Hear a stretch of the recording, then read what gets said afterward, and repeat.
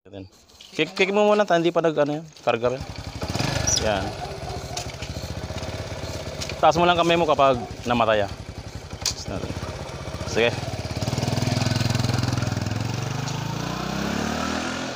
Huwag masyadong mabilis. Okay, namatay. Oh, namatay. Layo na nun ah. Layo na yan ah. Ah.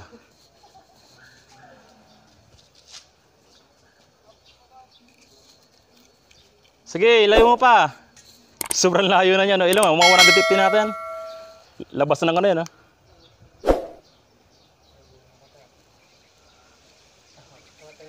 Oo.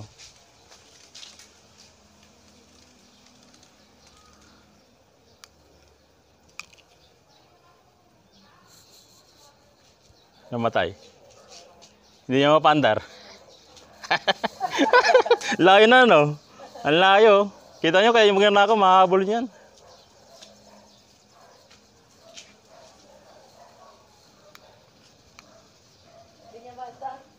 Ay, napatay ko uli. Ayan. Bibili siya, bibili. Oo. Layo na, ano? Ang layo, ha?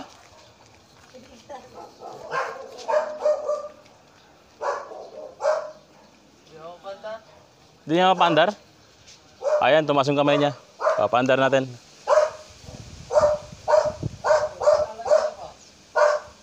Hindi na. Ilalabas pa niya ng kalsada.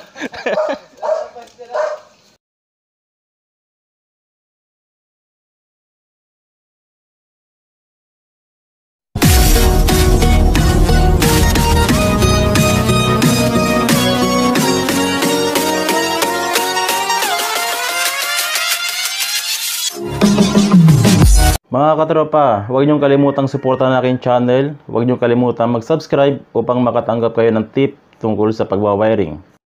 O kaya naman mga tropa, kung malapit lang kayo sa Lingayen, Pangasinan, Artacho Street, pwede niyo akong sadyain dyan sa repair shop upang magpa-wiring kayo ng personal sa akin sa inyong mga motor.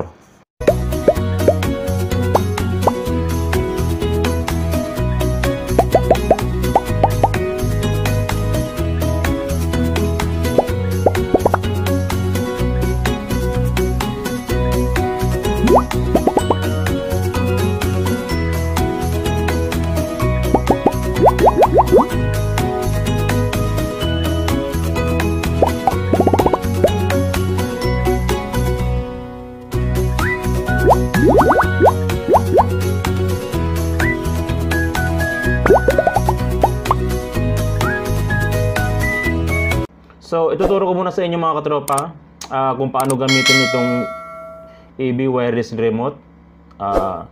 Kung ano yung nasa loob niya, kung ano yung function niya, kung paano siya i-operate. Ituturo ko sa inyo isa-isa yan. So, sa loob niya, ito yung itsura niya mga katropa. Malit lang siya. Ayan. DIY ito na remote mga katropa. Ayan. So, sa likod, meron tayong B-. Ang ibig sabihin niyan ay negative. At B+, ang ibig sabihin niyan ay positive ng remote. Negative at positive ng remote. Next, meron tayong NO, normally open. Meron tayong COM, ibig sabihin niyan common, siya yung main supply. At meron tayong NC, ayan yung normally close. Yan. So, ipapaliwanag ko lang mga katropa kung anong function nito. Yung common, ito yung main supply natin na nakaabang. So, kung halimbawa, pinindot mo yung remote, yung common tsaka yung normally open ang magkasama pag pinindot mo yung remote. Pero pag hindi mo pinindot yung remote, yung common tsaka normally close ang magkasama. Standby siya. Silang dalawa magkasama. Pero pag pinindot mo yung remote, yung common tsaka normally open. So, ganoon lang siya. Palipat-lipat lang yung common sa normally open tsaka normally close. Okay? So, ituturo ko muna sa inyo mga katropa kung paano i-operate to.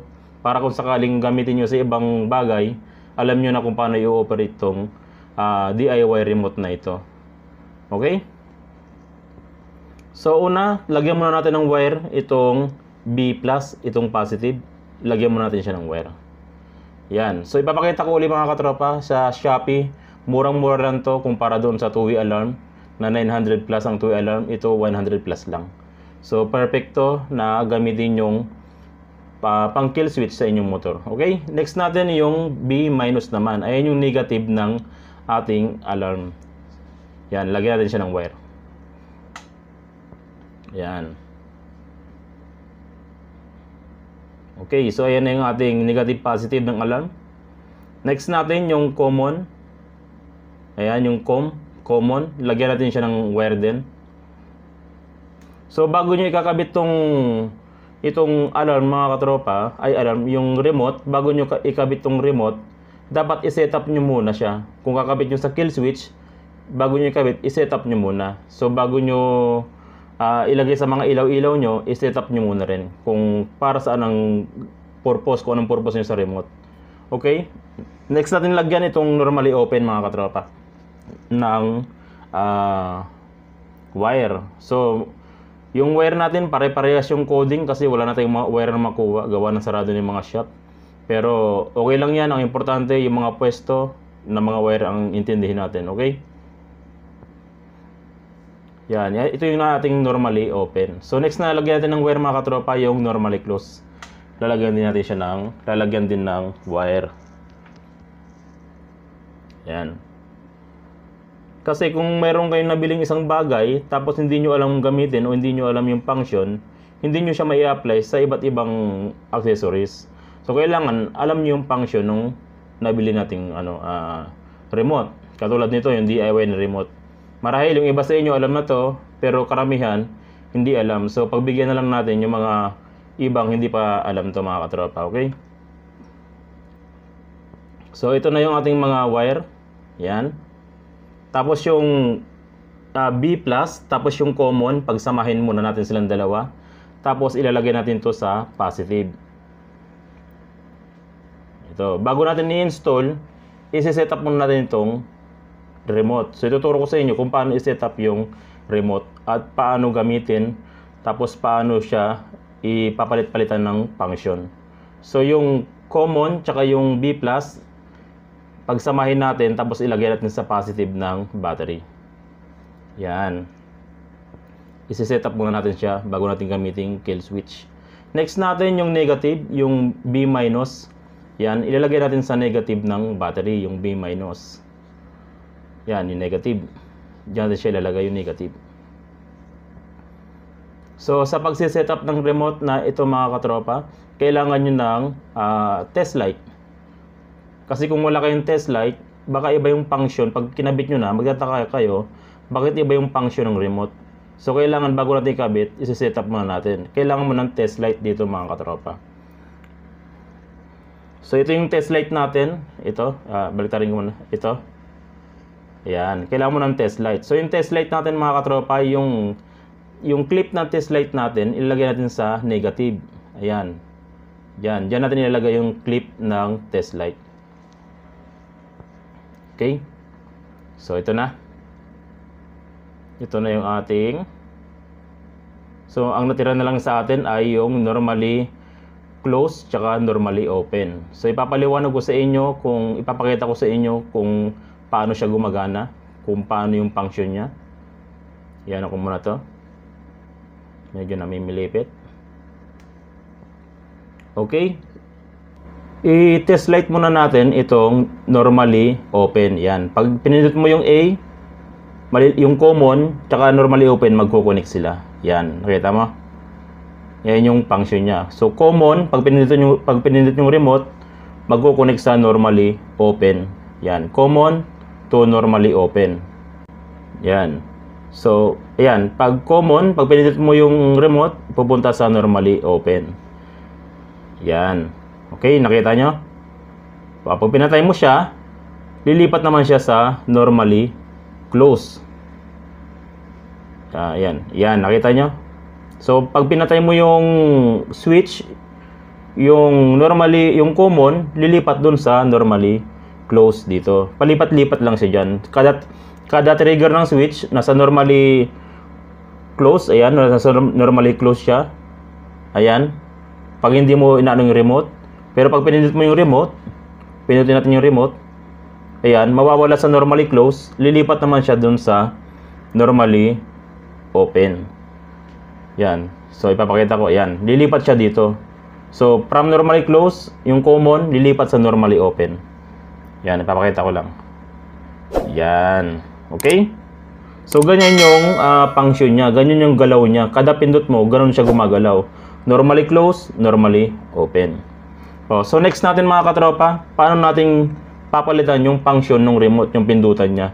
So, ipapaliwanag ko sa inyo kung paano siya iibahin yung sa pindutan ng remote. So, i-set up na natin to.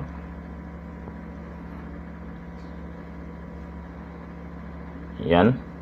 Para makita nyo yung galaw ng ano. Iibahin natin yung pindot ng remote. So, paano natin iibahin? Ayan yung ipapakita ko sa inyo mga katropa. Okay.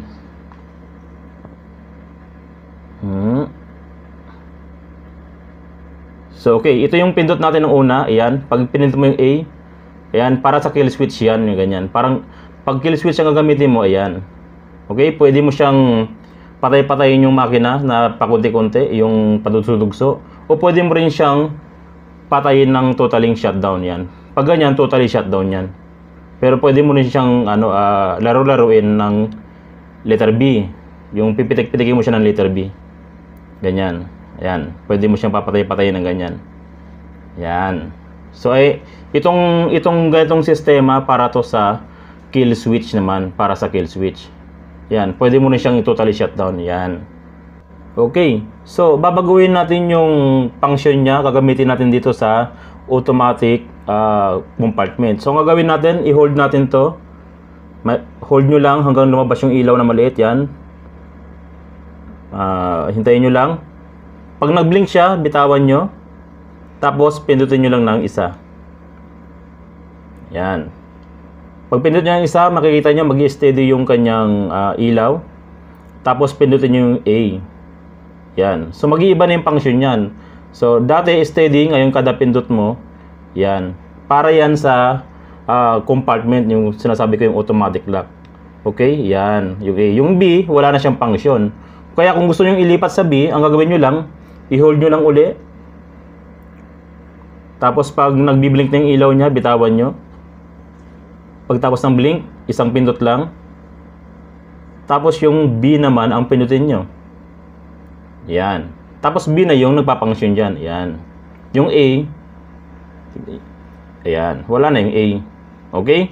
So, yan. Ginagamit natin itong function na to dito sa automatic compartment lock.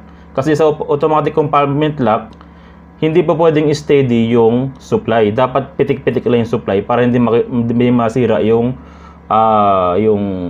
motorized niya na binibili rin sa Lazada yun. Mura lang din yung sa pagkakabili sa Lazada. Okay? So, ganyan yung function niya. Pero kung kill switch, ibabalik natin sa dati. Pinutin nyo ng dalawang beses. 1, 2. Yan. Pag nag-steady, A. Pinutin yung A. Balik na naman tayo sa dati, sa kill switch. Ayan. Nakita nyo? Yan. Ayan yung kill switch. Tapos ito, papitik-pitik lang yung patay ng makina. Yung isa naman, yung A naman, ayun yung full na shutdown ng makina. Ito, pitik-pitik lang to. Ito yung full shutdown ng makina. Okay, so ganyan lang babaguhin yung function ng remote na to mga katropa. Ganyan lang siya gamitin. Okay, so i-install na natin ito mga katropa. Ituturo ko na rin sa inyo kung paano gumawa ng kill switch sa motor. Okay, ang model natin ngayon mga katropa ay Wave 125i. Dito natin i-install yung EB wireless remote. Okay, gagawin natin siyang kill switch. Pero kung yung motor nyo ay hindi naman Wave 125i, pwede nyo rin gayahin itong procedure na ito para may i-apply nyo sa motor nyo itong wireless remote na ito. Napakadali na namang i-apply ito mga katropa.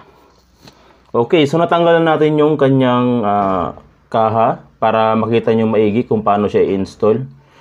At ito yung ating EB wireless remote na ipaliwanag ko na kanina kung anong function niya. So ang gagamitin natin dito mga katropa ay yung common tsaka yung NC o normally close. Yan, yan ang gagamitin natin. Pero mas magandang gamitin mga katropa yung common tsaka normally open. Kasi pag sa common tsaka normally open, pag sinusi mo yung susian mo, hindi mo agad mapapaandar hanggat hindi mo pinipindot yung A. Pero gagamitin ko yung common tsaka normally close kasi ayaw nga ng customer yung sususi ka pa at magpipindot sa A. Parang ayaw niya ng matrabaho.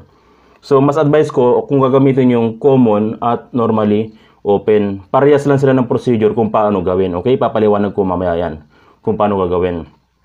Mas safe yung common tsaka normally open. Pero sa ngayon, yung customer yung masusunod natin, kasi customer natin siya, ang gagamitin natin ngayon ay common tsaka normally close. Pero parehas lang ng procedure kung normally open ang gagamitin nyo. Okay?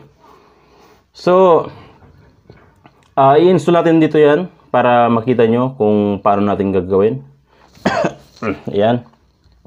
So, gaya ng sinabi ko, parehas lang ng procedure ng normally close at common at normally open at common ang gagamitin natin. Okay? So, ang unahin muna natin install mga katropa itong B plus at B minus. Ito yung negative, positive ng ating remote. Yan. Okay? I-install natin itong B plus at B minus. Yan. Ito yan.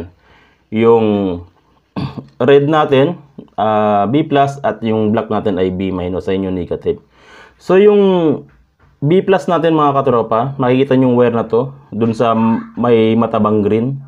Hanapin yung wire na to mga katropa, buksan nyo, may makikita kayo ditong kulay itim na wire o black wire. Ayun yung galing susian, yung black wire. Okay? Diyan natin ilalagay yung B plus. Yan. Buksan muna natin to. Yan, may makikita kayo dyan na red wire tsaka black wire. So sa black wire nyo ilagay mga katropa, wag sa red wire. Para hindi siya kumonsumo ng kuryente kung sakaling naka-standby yung motor natin. Hindi na rin siya dumagdag sa pabigat sa battery. Okay, so yung B plus dito natin ilalagay sa red wire. Yan. Ayun yung galing ng susian. Yan. Yan, ayan yung ating B+. Okay? So, susunod natin mga katropa yung B- naman. Ito, yung black wire natin o yung negative ng ating remote. Yung B-. Yung B- mga katropa, sa ilalim nito, tanggalin nyo ng konti yung kanyang mga electrical tape. Diyan natin kukunin yung kulay green na wire. Yan, sa ibabaw lang siya. Yan yung ground naman ng motor, yung green wire. Yan. Diyan natin ilalagay yung B- ng remote o yung negative ng remote. Yan, sa green wire ng motor. Yan. Yung green wire ng motor mga katropa sa Honda ay siya yung negative o ground wire siya, ground na wire. Yan. So, ayan na yung ating B+ at ito yung B-. Yan, negative, positive ng remote. Okay? Yan. So, next natin mga katropa, itong common tsaka normally close. Gaya ng sinabi ko, walang pinagkaiba ng proseso kung gagamit kayo ng common tsaka normally open. Yan, parehas lang sila ng proseso. Pero mas safe sa akin mga katropa kung gagamitin nyo yung common at normally open. Mas advice ko yun. Pero sa ngayon, masusunod muna yung customer. Okay, so sa CDI mga katropa, may makikita kayong blue na mayroong lining na yellow, ayun yung pulser. O kaya sa CDI nyo, kung ibang modelo yung motor nyo, hanapin nyo lang yung kulay ng pulser ng CDI nyo. Yan. So, ipa-flash ko na rin sa screen kung anong kulay ng mga pulser ng CDI ng bawat brand. Ayan, nakikita nyo sa screen nyo. So, unahin natin mga katropa yung common. Ayan. Yung common mga katropa, ilagay natin dito sa isang wire na pinutol natin. Kahit saan dyan, sa CDI mo ilalagay, o dito sa kabilang wire na to. Walang problema, basta yung pinutol nating wire na pulser, tig-isa sila nung common at nung normally close. O kaya common at nung normally open yung ginagamit nyo. Okay? Next natin mga katropa, tapos na yung common natin. Next natin yung ating normally close. O kaya kung ginamit nyo naman ay normally open, yan dito sa kabilang wire na pinutol natin. Yan. Okay, walang baliktaran to kahit saan mapunta yung common. Kung yung common mapupunta sa CDI, yung normally close mo o kaya normally open, depende sa gagamitin mo, mapupunta na naman sa kabilang bahagi ng pinutol mo na wire. Yan, tig-isa sila dun sa pinagputulan. Yan. Yan na yung mga katropa. Yan, okay? Yan, ganyan lang style niyan. Tig-isa sila dun sa pinagputulan natin na wire ng pulser. Tapos, linisin na natin mga katropa. I-organize na natin yung mga dapat i-organize. Yan. Linising mabuti. Yan. Gaya ng sinabi ko mga katropa, mas maganda gamitin yung common tsaka normally open. Kasi pag susi mo, hindi agad-agad mapapa-start nung yung motor, kailangan pinutin mo muna yung A bago mo pa-start yung motor. Okay? Sa uli natin yung mga dapat sa uli mga katropa. Yan, okay na yan. Ganyan na kasimple ikabit yan. Wala na. Ganyan lang at i-testing na natin mga katropa. Okay? Kick mo muna. Hindi pa ano yan. Karga rin. Yan. Taas mo lang kamay mo kapag namatay yan. Sige. Huwag masyadong mabilis. Okay, namatay. Oh, namatay. Layo na nun ah. Layo na yan ah. Kahit hanggang doon din siguro, no? Ah.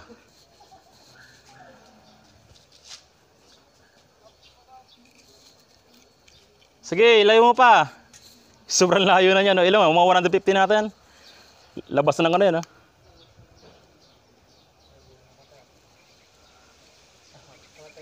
Oh.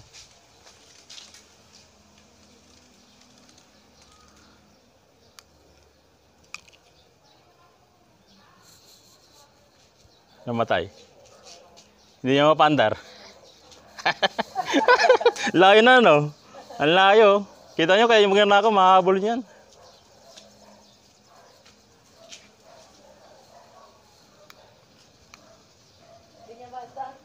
Ay, napatay ko uli. Ayan. Nabibili siya bibili.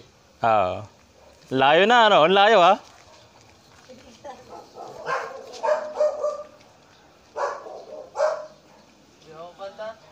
Hindi niya mapandar? Ayan, tumas yung kamay niya. Papandar natin.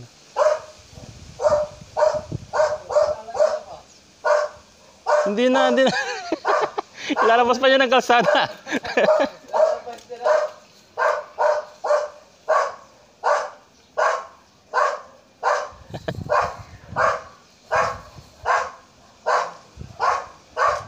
Oh, yan, okay na.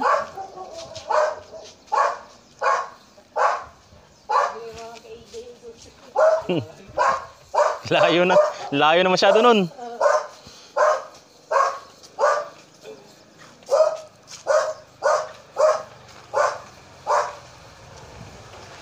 Matipid pa sa battery to. Matipid pa sa battery to.